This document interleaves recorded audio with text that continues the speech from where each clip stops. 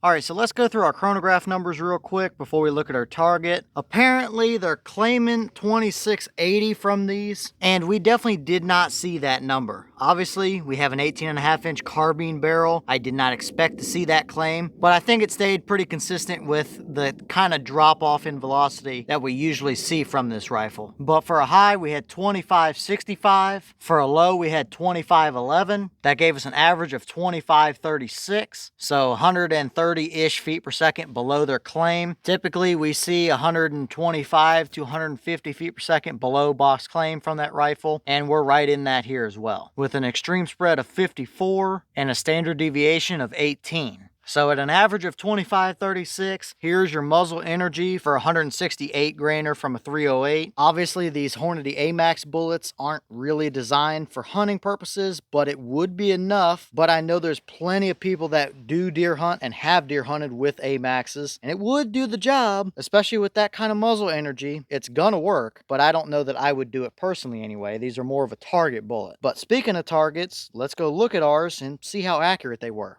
Alright, so here's our results, and I gotta say they're pretty interesting. Obviously, it's not the round I'm zeroed with, which is why we were hitting noticeably higher than what I was aiming at. We'll start off with our first group, which was obviously the best group, up here at the top, these 3 shots. We had 2 up here that were pretty much touching each other. They're kind of on top of each other, and then 1 just a hair to the right. So to start off with, that's a very nice group for that rifle, all day long. It's right at 1.04, and I think 1.043 or something about like that is MOA. So that's pretty much right on it there. And 1 inch is pretty respectable for that rifle. I have seen a little bit under an inch in the perfect scenario with the right ammo, but if I can shoot an inch with that gun, then it tends to like that ammunition, I would say. So first group, looking great. Now, like I mentioned earlier, I did let the rifle cool down between each of the groups. The barrel did not feel warm to the touch at all. No mirage or anything like that. And yes, I did take my time between shooting each shot as well. I just edited it down a little shorter just for time saving's sake. So that led us to our second group down here in the bottom left. We hit 1 up here, and then we bounced 1 all the way over here, and we were right back over here again. I thought I felt good about all these trigger pulls, but considering how far off this one was over here, I decided I'll take a 4th shot and see what we get, and we hit way down here low. So obviously, pretty inconsistent here for our second group. Now, was it luck of the draw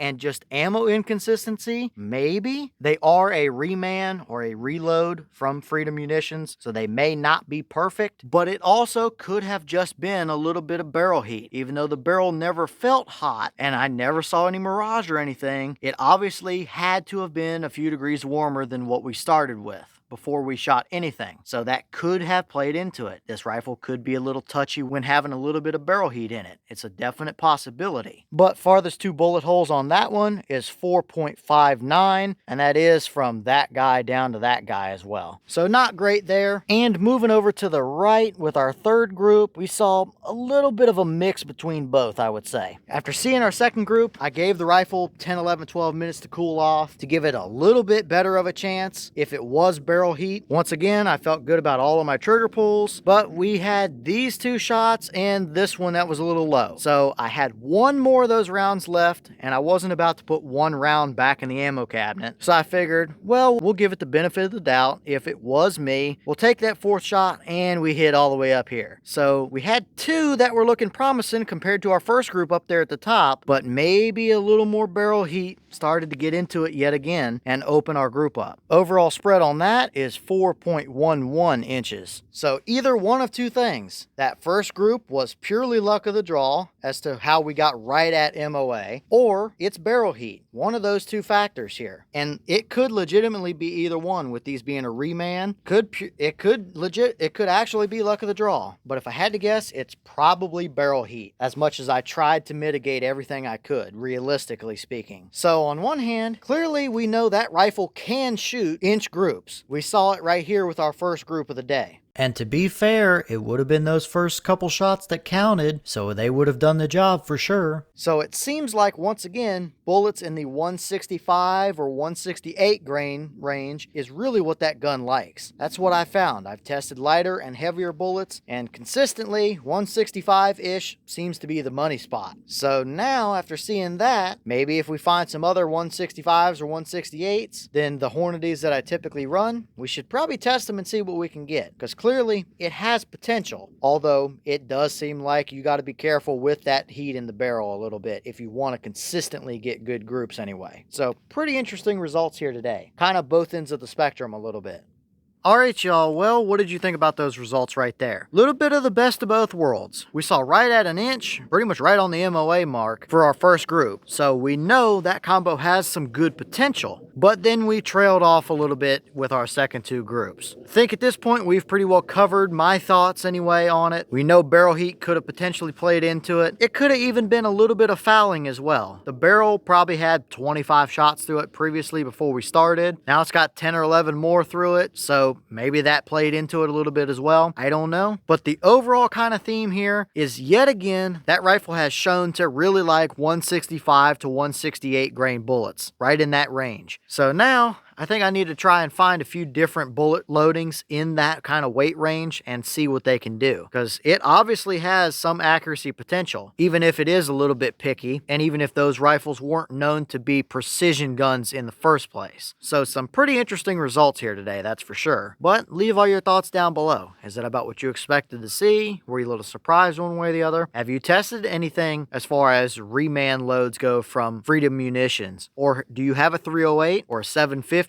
And have you tried any 168 grain AMAX loadings through it? And if so, what kind of results have you seen? Is that a combo you would ever use for anything, whether it be target shooting or potentially hunting, even though they're not a hunting bullet? I know plenty of people do and have hunted with them before, and they will do the job, although it wouldn't be my first choice. But is that something you would do with this combo? And maybe what other loads do you want to see me run through that 750 that you think might be good performers? Let me know all that down below. But with that being said, I've got some more testing to get done for you guys, so I'm going to get back to it. As always, we have the channel Instagram as well as the mailbox where you can send stuff if you'd like. All the information will be in the description if you're interested in it, but I'm going to get back to it, so I'll see y'all in the next one.